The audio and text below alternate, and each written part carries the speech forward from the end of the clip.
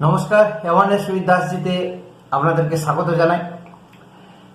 যেমন কথা তেমন কাজ, যে মানুষকে কিভাবে থ্রেট দিয়ে রাখতে হয়, ভোটের সময় জনগণকে কিভাবে খেপাতে হয়, এক জাতির সঙ্গে অন্য জাতি কিভাবে লড়াই লাগাতে হয়, কমিউনাল রাইট কিভাবে লাগাতে হয়, ওনার সিদ্ধহস্ত।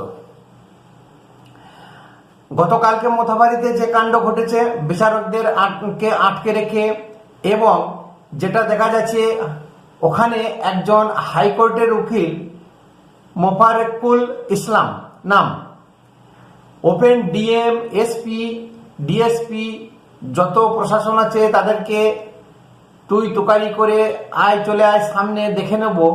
এই যে পাবলিক উত্তেজিত খেপিয়ে যে কথাবার্তা বা যেভাবে রাস্তা অবরোধ করেছিল, সেই পরিবর্তে আজকে পশ্চিমবঙ্গ প্রশাসন, পুলিশ বেশ কিছু লোককে গ্রেপ্তার করেছে, প্রায় 18 জনকে গ্রেপ্তার করেছে। এবং ধর্ণা মঞ্চে ধর্মতলা থেকে বলেছিলেন যে একটা কমিউনিটি 1 সেকেন্ডে অনেক কিছু করে দিতে পারে, সেটা গতকালকে হয়েছে। এবং সুপ্রিম কোর্টের কথা মতো যে প্রি প্ল্যানিং ছাড়া এইসব কাজ হতে পারে না, যার কারণে সিবিআই এবং এনআইএর তদন্ত ভার দিয়েছে। এখনো কিন্তু সিবিআই এবং এনআইএর তদন্ত শুরু হয়নি, হবে হয়তো 2-4 দিন দেরি হতে পারে। তার আগেই কিন্তু মমতা ব্যানার্জি ভিকটিম কার্ড খেলে দিল। উনি বেছে বেছে যেগুলো টিএমসি বিরোধী, আইএসএফ, হুমায়ুন কবিরের দল, সেই সব লোকজনদেরকে তুলছে। এবং যেটা শোনা যাচ্ছে আইএসএফ এর যিনি প্রার্থী তাকে তুলেছে। কেউ বলছেন আমি বাড়িতে ছিলাম, জলসাতে ছিলাম, কেউ অন্য কোনো কাজে ছিল, তাদেরকে বেছে বেছে 18 জনকে তুলেছে। আর অরিজিনাল যারা দাঙ্গা বা ফাসাদ করলো তারা কিন্তু এখনো ঘুরে বেড়াচ্ছে ময়দানে। দিদিমণি যতই বলুক যে প্রশাসন আমার হাতে নাই, প্রশাসন এখন নির্বাচন কমিশনের হাতে, ও এখন যা করবে তাই হবে, যতই বলুক ঘরের ছেলে বা এই প্রশাসন 15 বছর ধরে দিদিমণি চালাচ্ছেন এবং দিদিমণির কথায় ওঠা বসা করে, তো কি করে বহিরাগত একজন জ্ঞানেশ কুমারের ইশারাতে তারা কাজ করবে? পশ্চিমবঙ্গের পুলিশ এখনো মুখ্যমন্ত্রীর হয়েই কাজ করে, কথা শুনে, পার্টি ক্যাডার বলুন বা ভাইপোর কথা শুনে সেই কাজগুলো কিন্তু করে থাকে। এই যে শুধু তাই নয়, ওনার মুখের ভাষা শুনতে আর ভালো লাগে না, ওনার যে লেকচার শুনতে আর ভালো লাগে না, শোনাতেও ভালো লাগে না। পরিষ্কার করে উনি বলছেন যে হায়দ্রাবাদের একটা গাধা এখানে এসে দাঙ্গা লাগাচ্ছে, এবং এখানকার ভোঁদা মানে হুমায়ুন কবির, আর হায়দ্রাবাদের গাধা হচ্ছে আসাউদ্দিন ওবেসি। এই দুজনা মিলে মানুষজনকে খেপাচ্ছে, বিশেষ করে মুসলিমদেরকে খেপাচ্ছে।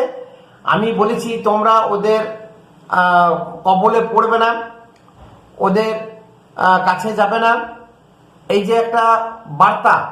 তার আগে বলতেন মুসলমান সম্প্রদায় দুধেল গায়ে, মুসলমান সম্প্রদায়কে নিয়ে 15 বছর ভোট বৈতরণী পার হয়েছে, অগাধ সম্পত্তির মালকিন হয়ে গেছে। এই যে মুসলমান এখন অচ্যুত, সেই মুসলমানকে লেলিয়ে দিয়ে আবার ঘুরিয়ে মুসলমানদেরকেই বলছে যে ওই হায়দ্রাবাদে গাধার দলে ঢুকবেন না, ভোট দেবেন না। উদ্দেশ্য ইনডাইরেক্টলি ঠিক তাই। এবং ডিএমদেরকে বলছেন যে ওখানে যেন কোনো রকমের অশান্তি না হয়, ওখানে যাতে কোনো রকমের রাইটস না হয়। তো এই কথাটা আগে তো উনি বলতে পারতেন। এখন উনি বুঝে গেছেন যে সিবিআই এবং এনআইএ তদন্ত 100% হচ্ছে, আর সিবিআই এবং এনআইএ তদন্ত হলে যে আসল তথ্য উঠে আসবে সে কথা উনি হারে হারে জানেন। তার আগেই পুলিশকে দিয়ে বেশ কিছু লোককে তুলে নিল, যাতে করে মিম বা হুমায়ুন কবির দলের লোকেরা ভয়ে সন্ত্রস্ত হয়ে থাকে, এবং যাতে হুমায়ুন কবির এবং আসাউদ্দিন ওবেসিকে ভোট না দেয় বা তার ভোট ব্যাংকে থাপা যেন না পড়ে। এই যে নোংরামি খেলা, এই নোংরামি উনি আজকে নয়, যখন থেকে রাজনীতিতে জয়েন করছেন তখন থেকেই ওনার এই শুরু। এবং এই এত বড় নোংরামি একমাত্র উনি ছাড়া আর কেউ করতে পারে না পশ্চিমবঙ্গে, এর আগে কোনোদিন কেউ করেনি। ওপেন বলছেন যে বিজেপি, কংগ্রেস, সিপিএম এবং ওই হায়দ্রাবাদের গাধা এবং এখানকার একটা ভোঁদা হুমায়ুন কবির, এরা মিলে এই কাজগুলি করেছে, সুষ্ঠুভাবে হতে দেয়নি। তা সুষ্ঠুভাবে এসআইআর আপনি হতে দিয়েছেন কি? দেননি। আপনি সুপ্রিম কোর্টে যাচ্ছেন, হাইকোর্টে যাচ্ছেন, বাধা দিচ্ছেন, নানা রকমের ভুল ভ্রান্তি এন্ট্রিটা কে করেছে? প্রশাসন, আপনার লোকাল প্রশাসন, বিডিও, বিএলও, এইআরও, আরও তাদেরকে ধমকি যে ঠিকমতো আপলোড করবে না, আমি যখন বলবো তখন আপলোড করবে। এই যে ইচ্ছাকৃতভাবে বিশেষ করে মুসলমান সম্প্রদায়ের মানুষের নাম ভুল বা ভোটার লিস্ট থেকে বাদ, এটা কিন্তু রুলিং পার্টি করেছে। এটা মুসলমানরা আজকে বুঝতে পেরেছে। তার কারণ দিদিমণি জানে আমার একমাত্র অস্ত্র হচ্ছে মুসলিম ভোট। তাদেরকে যদি খেপিয়ে না রাখতে পারি, তাদেরকে যদি মাথা গরম করে না রাখতে পারি, তাহলে এই 26-এ বৈতরণী পার হওয়া খুবই মুশকিল আছে। 2021-এ এনআরসির ভূত দেখিয়ে পেরিয়েছিলেন মুসলমানদেরকে খেপিয়ে।